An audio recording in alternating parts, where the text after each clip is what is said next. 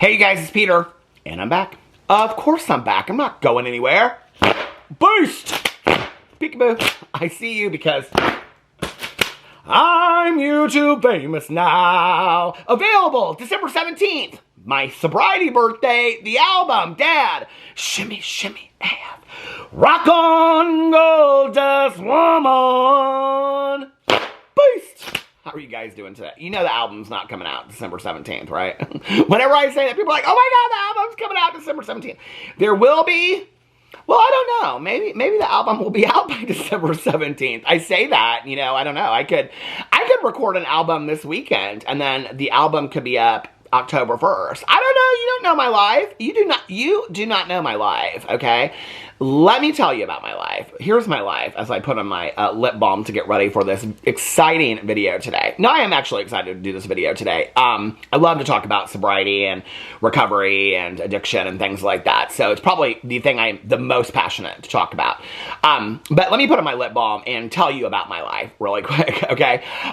So here's my life for the last 24 hours. Well, last night, it's basically TV shows is my life.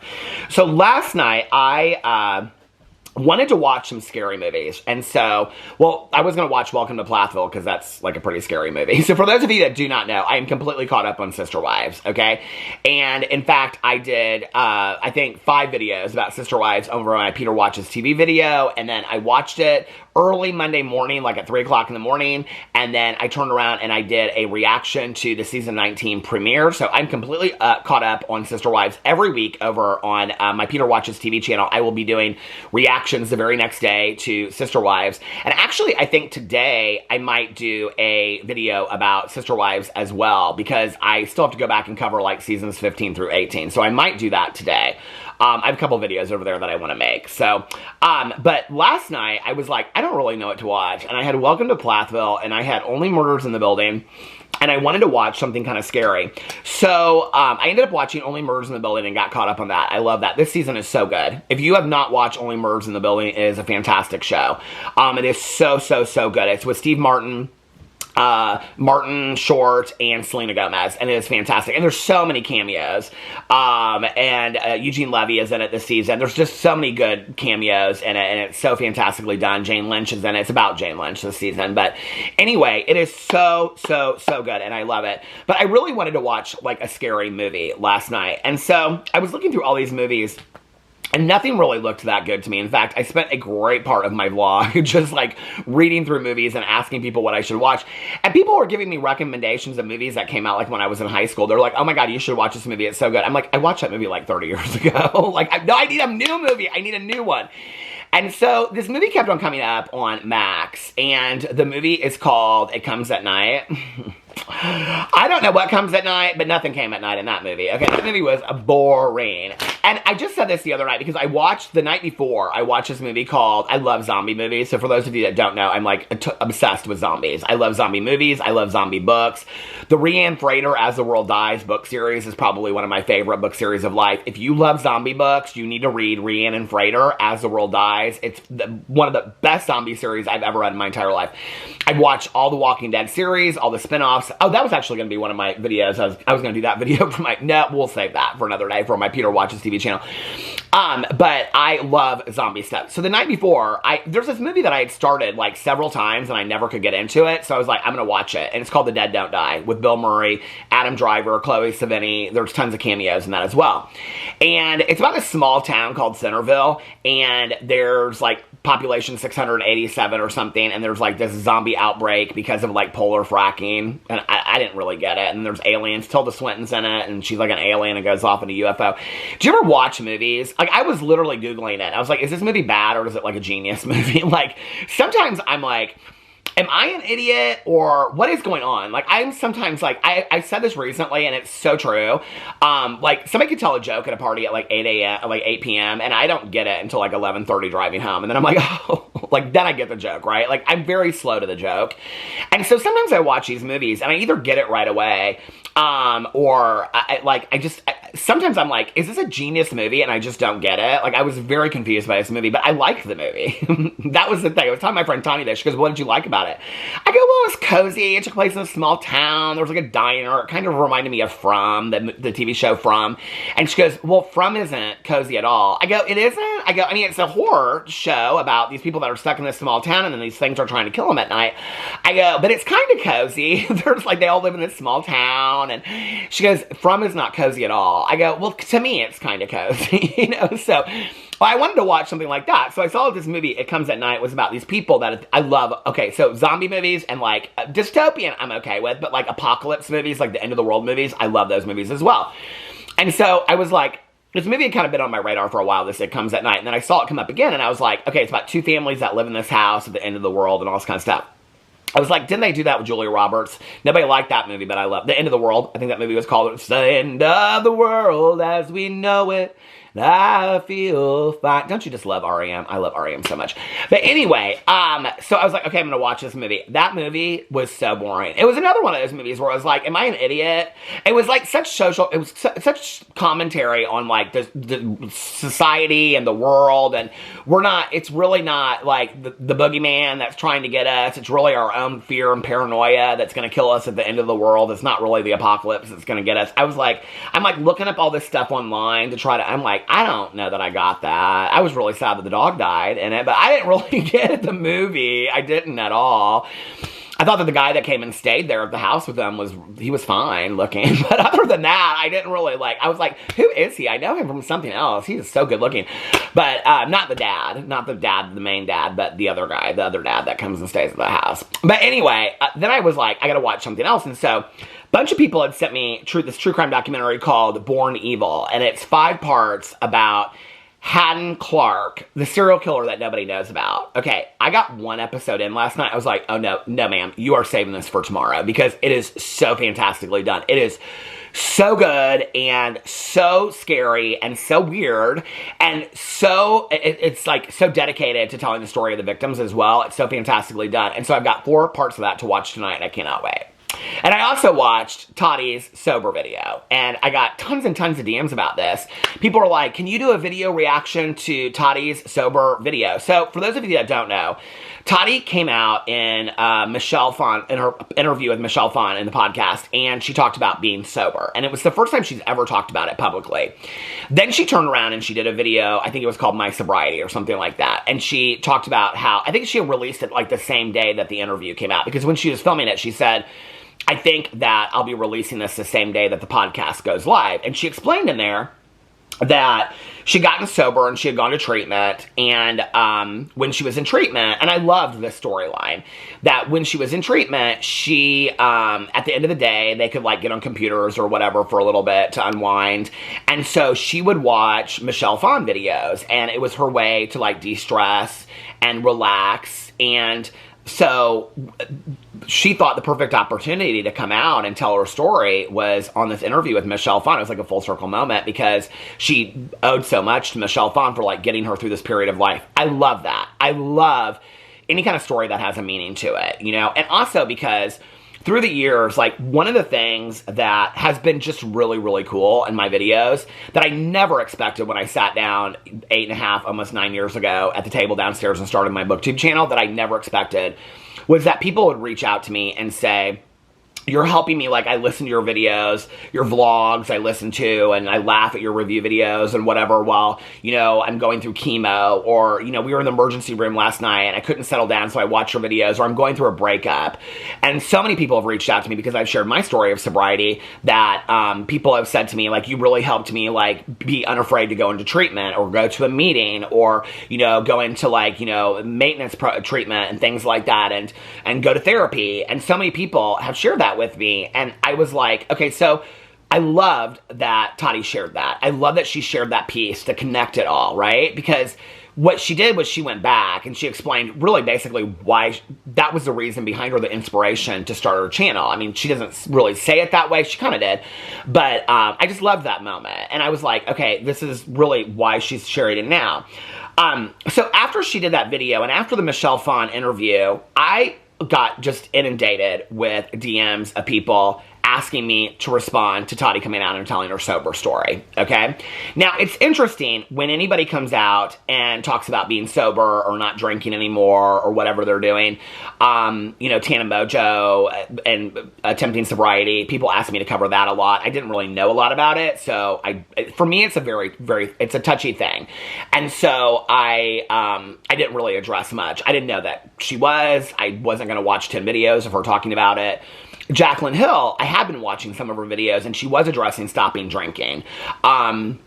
I'm not aware, unless she did it in recent interviews, and I haven't watched Jaclyn Hill's recent interviews. I didn't know that she identified as an alcoholic. So if she has, I'm not aware of that.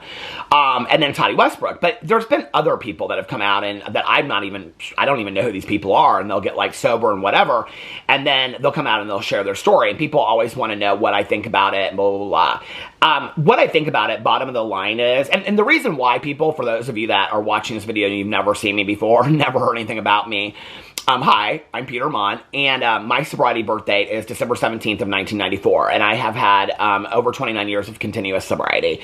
And should I make it to December 17th of this year, because we don't borrow time in recovery, then I will have 30 years of continuous sobriety, if I should make it to then. I work a 12-step program, but that is not the only way to stay sober. There are many, many ways to stay sober. You could go to church, there's maintenance programming, MAT programming, there's all different therapy, there's all different kinds of ways to get sober. I just don't want people, and I respect all those ways. It is not mine to define somebody else's journey for them through sobriety. But I make that very, very clear in all my videos. I just don't want people to die of drugs and alcohol. And I want them to, and some people don't die, but they're, you know, dead inside. And I've had so many people tell me that through the years, not just on YouTube, but long before that, you know, that people feel like they're dying inside. I've talked about that in videos of mine and stuff like that. I just don't want that to be the case for people. There is a solution, and you do not have to continue to suffer from drugs and alcohol. Your family doesn't have to continue to suffer from drugs and alcohol. This is a family disease. I believe that to be the case, that it is a family disease. I believe it's a disease. You don't have to believe that. I believe that. I don't argue with anybody that doesn't want to believe that. It is what it is. But for me, I think that's why people reached out to me, because they know that I'm sober. And so people are like, why, what do you think about Toddy's sobriety journey? And so that's what I really think about it. I think congratulations. It's powerful. It's a powerful story. I think at this point she's been sober. I think she either said she had 8 years and then she went back out and she has 12 or 13 or something like that. I don't know. She's several years of sobriety at this point, right?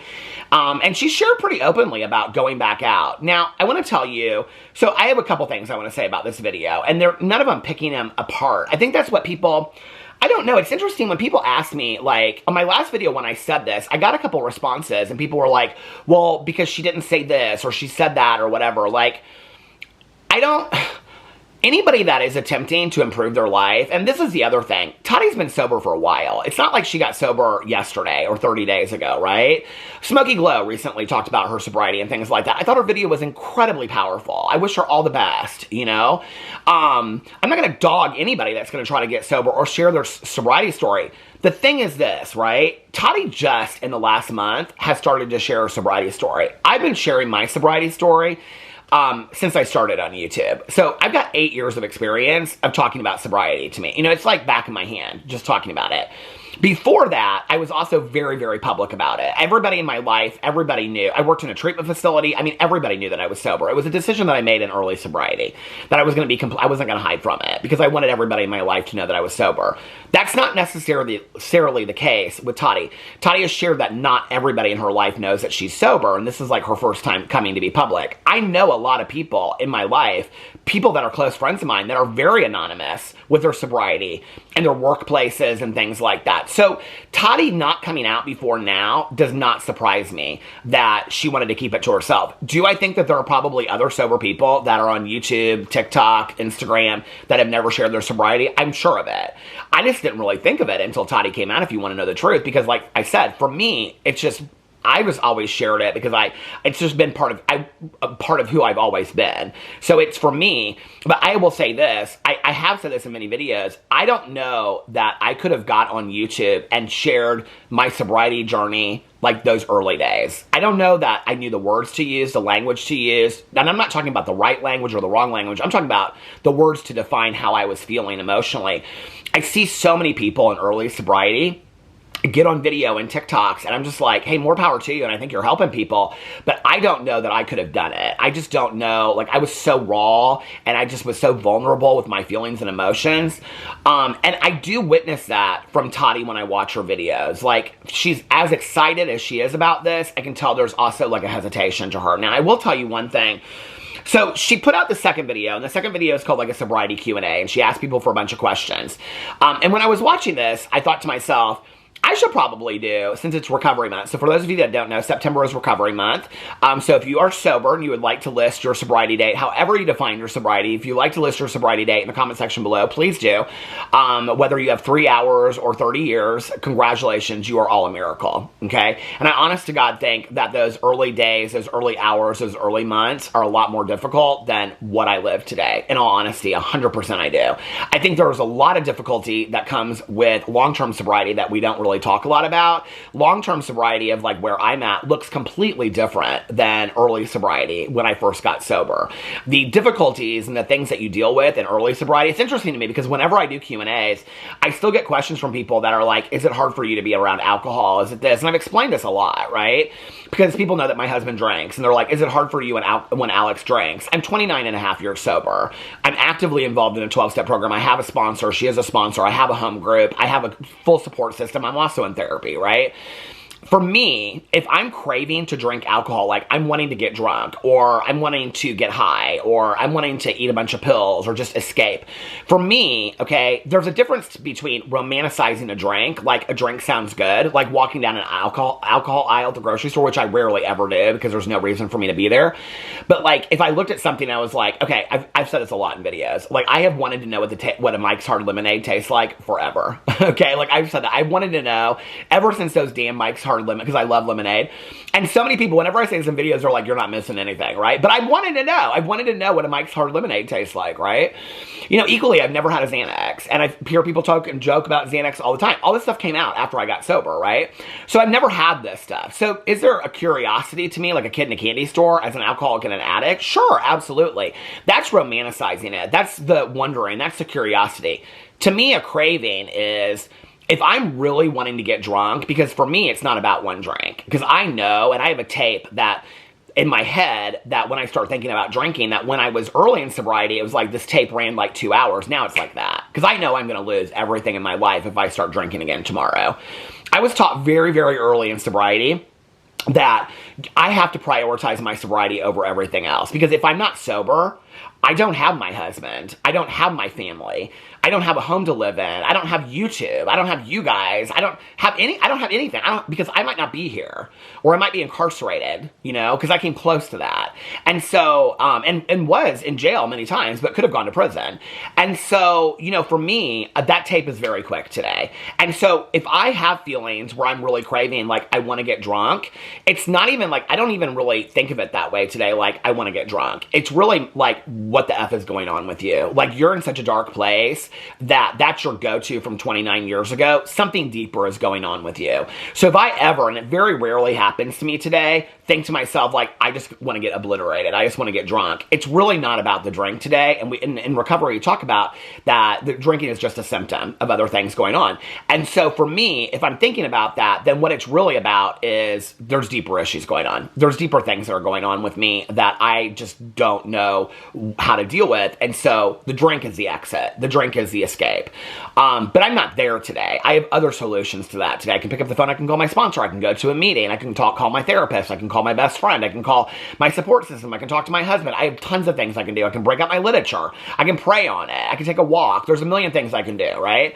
And so for me today, it's not the same as it was 29 years ago. It's interesting to me that I get those kind of questions, right? Where people are like, do you still crave drinking? And I think because that's really a lot of all we know. We're coming into a new generation where I can't even tell you how many people that I know that have 40 and 50 years of sobriety. I mean, I probably know more people now that have double-digit years of sobriety, 40, 50 years of sobriety, than I do that have under 5 or 10 years sobriety. I'm talking about close friends of mine. I mean, in meetings, I see a lot of people that are newcomers that are early in sobriety, but as far as friends, I have more friends of mine that have 30, 40, 50 years of sobriety than I do that people that are under 10 years. And that's a huge thing. Like, that's a huge thing, right? But with that comes a whole different issue because we don't know a lot about long-term sobriety at this point. You know, we don't know a lot about what your life looks like and how you look at life and how you look at in life. Like, you know, I think it's really important that I share that. I talked a lot in my videos about, you know, we call ourselves the United States of Addiction because of our opioid crisis, and that, you know, somebody dies from an opioid overdose. I think it's every 9 minutes, I believe, in the United States. But my mother got sober 6 months after I did. Her sobriety birthday was June 2nd of 1995. She passed away sober. Both of my sponsors, my two older sponsors, they both passed in the same year sober. You know, one had 20 some years and the other one had 40 some years. And so they both passed sober. We live a fantastic, amazing life, and people die sober in sobriety today, however they define that sobriety, you know? And if you're out there and you're struggling, you know, please, there's lots of resources out there, however you want to go get help. So when people ask me, what do I think about this video? I don't really know what to say. It's not like I'm going to get in there and, like, you know, be like, well, I think she said this and she said that, blah, blah, blah. I had 2 points that I thought were interesting, okay? Now, a lot of people said that they thought, like, they're like, oh, Peter, you predicted this, because a couple months ago, or 2 months ago or something, I was doing a video talking about Toddy, and in there, Toddy was using language that to me sounded like recovery language, like 12-step language, okay? Toddy has now done 2 videos and an interview about this. She's never come out and talked about she's in a 12-step program. I don't know if she is or not. That's her business to tell. I'm not going to guess. I'm not going to speculate. I will say that the language that she uses is recovery adjacent. So if she's been in it at some point around it somehow. She also, I love in there that she talks about, and she says in there this, and this is what she says in the Q&A, and I love that she says this. She says that her husband James is sober, and he has allowed her to share that on video. I love that she says that. If you're sober, you know why, okay? Because that's not somebody else's story to share. That's their story. And so they give you permissions. Like my friend Tanya has said, you can talk about my sobriety all you want in videos, you know, because she shared it in my videos. And I love that she does that. And I love that they're a married couple that are sober together, because I'll be honest with you, I don't know. I know a couple couples that are married, and I would say, and I've known some couples that have been married and met in sobriety and met before sobriety, and I would say most of the time it doesn't really work. Like, it's really a struggle for those people. It's why I've always dated what we call normies, even though I don't love that word. I didn't really want to date somebody in sobriety. There was a period where I was like, I had heard this speaker lead of somebody telling their story where they like bought this plot of land and moved a bunch of their friends and family on it and called it Serenity Hill or something like that. And I was like, oh, I want to have a husband in recovery, and we can wake up every morning and read meditation books and have coffee. And I said something to my husband about that. He was like, well, you can go meet, if that's what you want, go find it, you know? And I was like, I really don't think I do want that though, you know? And since I've been sober, I've always dated people that, you know, were normal drinkers and things like that. So I don't know, you know, it is what it is.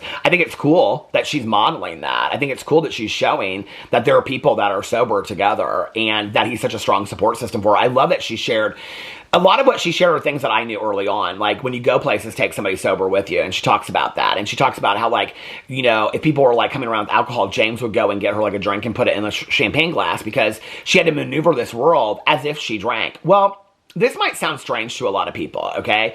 But I know actually a lot of people like that work in executive worlds where they have to do cocktail parties at conferences and conventions and things like that. I can't tell you how many times I've heard these stories, and I don't relate to them because I don't live that world, right? And these are friends of mine that do have 30 and 40 years, 50 years of sobriety, where they're like salespeople, and they go to these conventions, and there's always cocktail hours in the hotel, right? And everybody gets drunk, and it's always, you know, on the expense account and all this kind of stuff. And they get sober, and they're like, I don't know how to do it. Well, they go down, and they'll get like, you know, a soda water with a lime or a Diet Coke with a lime to make it look like they're having a drink, because other people will be like, why aren't you drinking?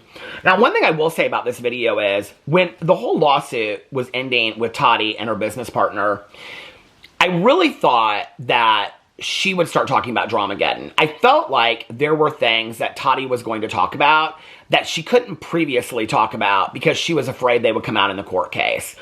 And she kind of hinted at that a little bit. She kind of said in some videos, there are things I can't talk about until this court case is over. I can't remember how she said it, but she said that like in more than one video, because I caught it and I was like, is she talking about like Jeffrey, Shane, and James? Like, she must be talking about that. I didn't know anything about her being sober at this point. What I think in retrospect, because she did in the Michelle Phan interview address that a little bit, and she talked about Jeffree and Shane and James and kind of told her piece on it. It was just like, I'm kind of done with all that. I don't really think she's going to come out and talk a whole lot more about that. I just don't. I think she's putting Dramageddon behind her. And in fact, in my last video, I said that it makes a lot of sense to me kind of now as a sober person how she maneuvered Dramageddon and how she got caught up in all of it. Like, in retrospect, if I were in her shoes, I would have felt very played. I would have believed one person one moment, the other person. I mean, I get it now. Like, I feel like I've been in that same scenario on a much smaller level in my personal life at times. So I kind of understand now, like, where she's coming from as a recovery person, that we always want to give people 100 chances. You know, I get it. And I feel like they played into that. I also think that James, Shane, and Jeffree also knew that she was sober. I don't think she was really that afraid of that. But I do think that in retrospect, when she was like, Jeffree knows a lot about people, I think that might have been in retrospect what she was talking about, that Jeffree was, you know, going to come out and, you know, say all this kind of stuff. I think there are a lot of people that know a lot of industry secrets about these people. This was never on my radar that it would be something about somebody's sobriety. I think that is such an evil thing. And I'm not saying that I think it was Jeffree Star, because I don't think that that's necessary. I think she might have been hinting at that in that video when she was coming back and talking about, like, the last Dramageddon video that she made, when she said, you know, Jeffree's going to say a lot of things and blah, blah, blah, whatever. I think she was worried that he might. But I think there's other people in the industry too. Don't forget that, and I don't believe this was Jeffree Star whatsoever, but Nikki Tutorials was blackmailed, you know, and forced basically to come out. And so, you know, when you look at that, there's a lot of people, I think, within the industry that are afraid of that. And those are two things that I would never think that anybody would be afraid of being blackmailed to come out. I mean, literally, how sick are you that you're going to blackmail somebody over their sobriety or they're coming out? Like, that is their own story. They own that story. That's nobody else's. But when I was watching her Q&A, I thought, you got it wrong, Peter.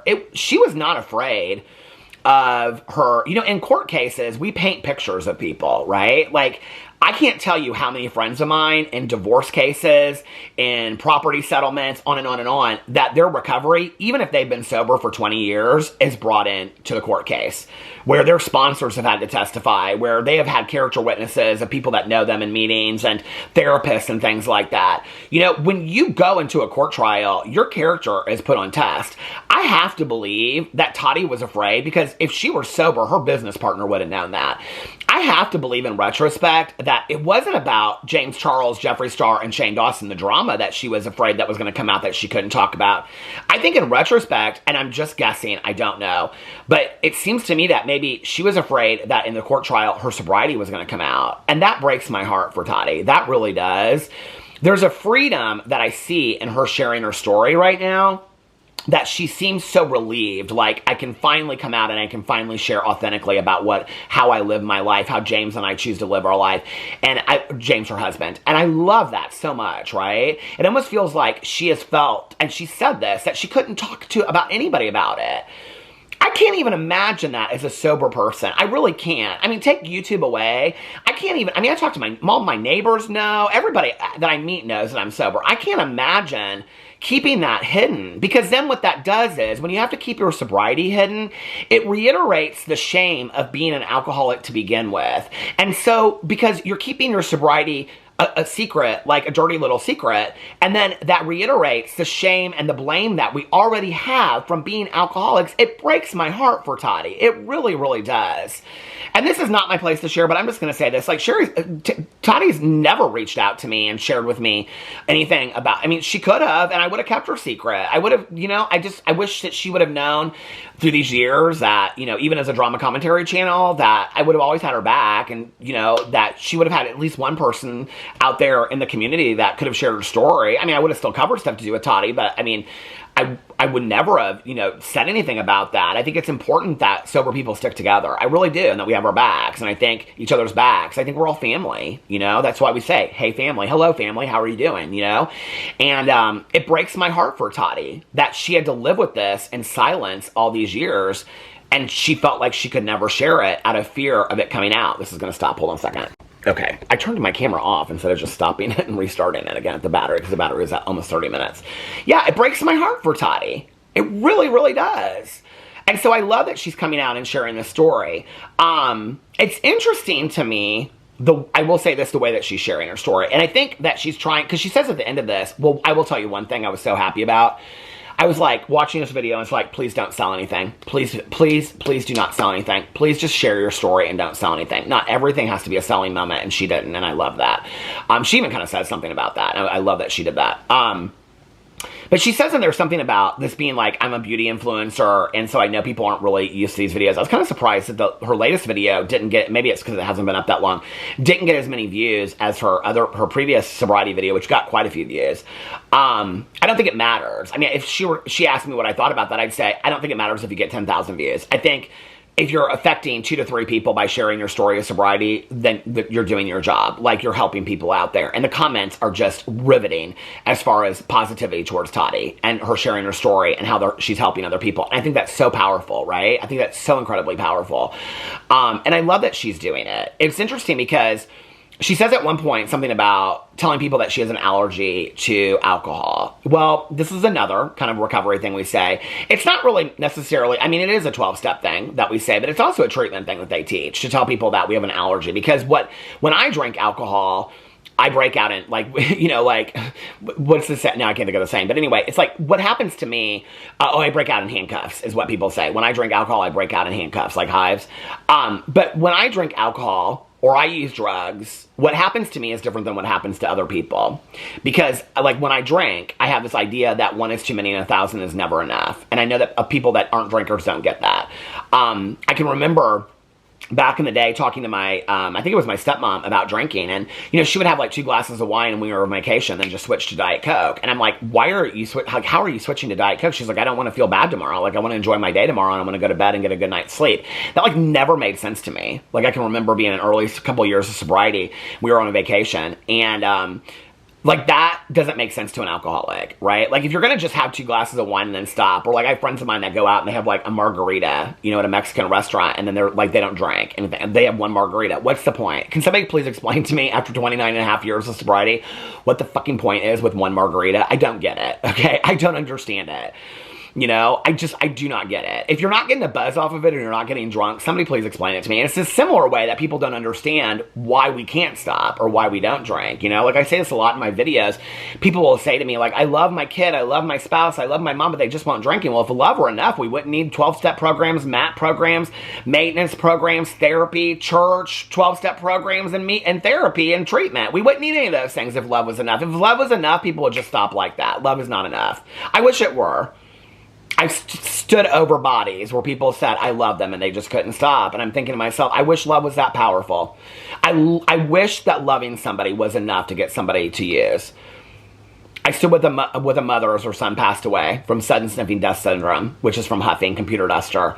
And she said the disease was more powerful than he is. And that's the truth, you know? And I'm not getting in this war with people about whether you believe it's a disease or you don't believe it's a disease. I believe it's a disease, okay? The American Medical Association says it's a disease. I don't really care if other people believe it's a disease. I think we can all agree that people that are hooked on drugs and alcohol, it's killing them, all right? I think we can all agree that it's locking up people. It's destroying families. It's destroying lives. It doesn't really matter if we agree if it's a disease or not. I think we need to be more focused on the solution than the definition, you know? And so for me, the idea that it's a disease is just, it's how I think, and it helps me understand it better. But I don't really care if somebody agrees with that or not. And I'm not going to fight with somebody over that. In all honesty, like, it's an important thing to me, but it's a silly fight to have. I just want people to live. I want people to have good lives. I was so afraid when I got sober of not having a good life, of being bored, you know? And I wasn't even, like, that was my concern. Like, how am I going to get married and not have a glass of champagne at my wedding? I wasn't sitting there in those moments thinking about, well, you could have spent 6 years in prison, you know, or you could be dead right now. I mean, I had a conversation with my dad several years ago. We were at lunch for my birthday, and I said, do you think if I quit drinking, he didn't even let me finish without missing a beat. He goes, you'd be dead right now. And I go, do you really think I would? He goes, Peter, the amount of alcohol and drugs that you were using, you would be dead. You would not have ever made it to 30. You would be dead. The alcohol and the addict sometimes forgets, you know, but the people around us don't usually forget. It's why we need to be reminded of it. People ask me all the time, why do you still go to meetings? Why do you still work steps? Because that's what I choose to do, but you don't have to do that. But why do you still go to meetings? Why do you still have steps? Why do you still have a sponsor after all these years? Because people forget.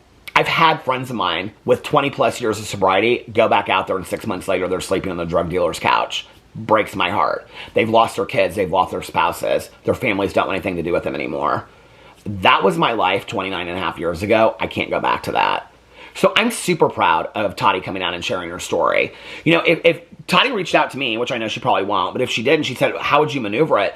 I think the things that people want to hear is, like, she does talk about this a little bit. She talked about, like, drinking and looking at herself in the mirror. I loved that story where she talked about, she's like, you're there already. Like, I had those moments where you're looking at yourself and you're like, I mean, I literally, when she was telling the story about looking at herself in the mirror, I can remember, like, standing in the mirror in my bathroom after eating about, like, 4 Vicodin and shooting a bunch of alcohol. She's talking about having DTs in the video. She talks about how she was shaking in the morning. She had to drink because she was shaking. She's talking about DTs. She's talking about delirium tremens, where you're out, the alcohol is detoxing, it's detoxing from your system and you're shaking because you need alcohol to function. That's pretty severe. I was there. I was there at 22. Her husband must have got sober younger than I did, because he's not anywhere near my age, I don't think. And he is close. I think he might have, like, I think she said he has 29 years, so he's got longer than I do or something like that, or 28 years.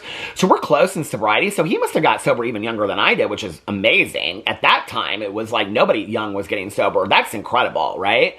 I love that she shared the story. I can remember standing in the mirror and looking at myself after eating all these pills and drinking, and I'm just like, and looking at myself and literally out loud being like, you are fucked. Like, your life is fucked.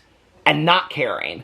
And not knowing how to stop it. And being too afraid to look at what was my life going to look like without this, because this was the only thing that I had to get me through it. Never thought that I could make it 30 days without a substance in my body, let alone be sitting on video. We didn't even have YouTube back then. 29 and a half years later, you know? I don't know. And so I love the video, you know?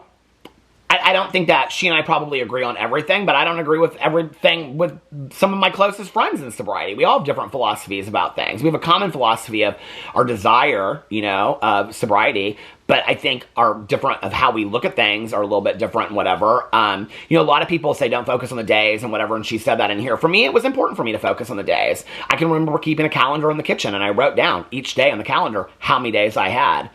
You know, today that's something I look back on. It's important to me. I celebrate my sobriety birthday. I surround myself with people that celebrate their sobriety birthdays. My sobriety birthday is more important to me than my birthday because I worked for it, you know. I loved what she said in here. I think if she asked me, like, because she said in there she wanted to do further videos about this, but she, you know, if people wanted to hear them or whatever, I think she should continue to do them. I love her doing these videos.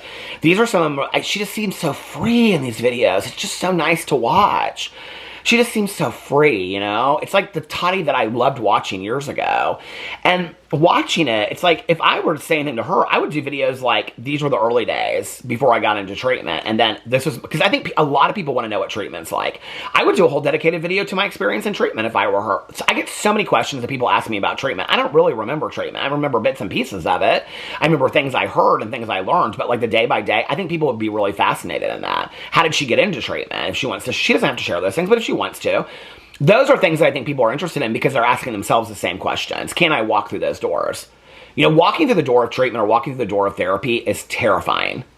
You know, I think if she shared those stories or what, like, things that have helped her stay sober through the years, I think it's incredibly powerful what she's doing. I think to come out, you know, we live in a world today where it's like, I mean, I've sat in rooms with celebrities in 12-step meetings before, and at the same moment, big, huge celebrities. And it's really cool to sit in the same, especially when they just kind of walk in and you'd never expect them to be there, and you're like, what is going on right now, you know? And it's like, you sit there, and what you realize is that our public perception is that these people are these big, huge celebrities, but in reality, they are just, and you know, every once in a while, people will reach out to me and say, oh, I saw this person at 12-step meeting. Don't do that. Please don't. This is an anonymous program. But it'll be like, this person's a celebrity, but they're sharing things that I would share. They're just like me. And our addiction and our recovery is what binds us. I love this video for Toddy. I love this series. I think she should do more of it. And Toddy, congratulations on your sobriety. You should be very, very proud of yourself and for sharing this publicly. I love you guys. And, oh, I'm also putting up on my Instagram a Q&A so that I can do a dedicated Q&A about my sobriety, my recovery for Recovery Month. If any of you guys want to go over to my Instagram, it's up there now. I love you guys, and I'll see you tomorrow. Bye.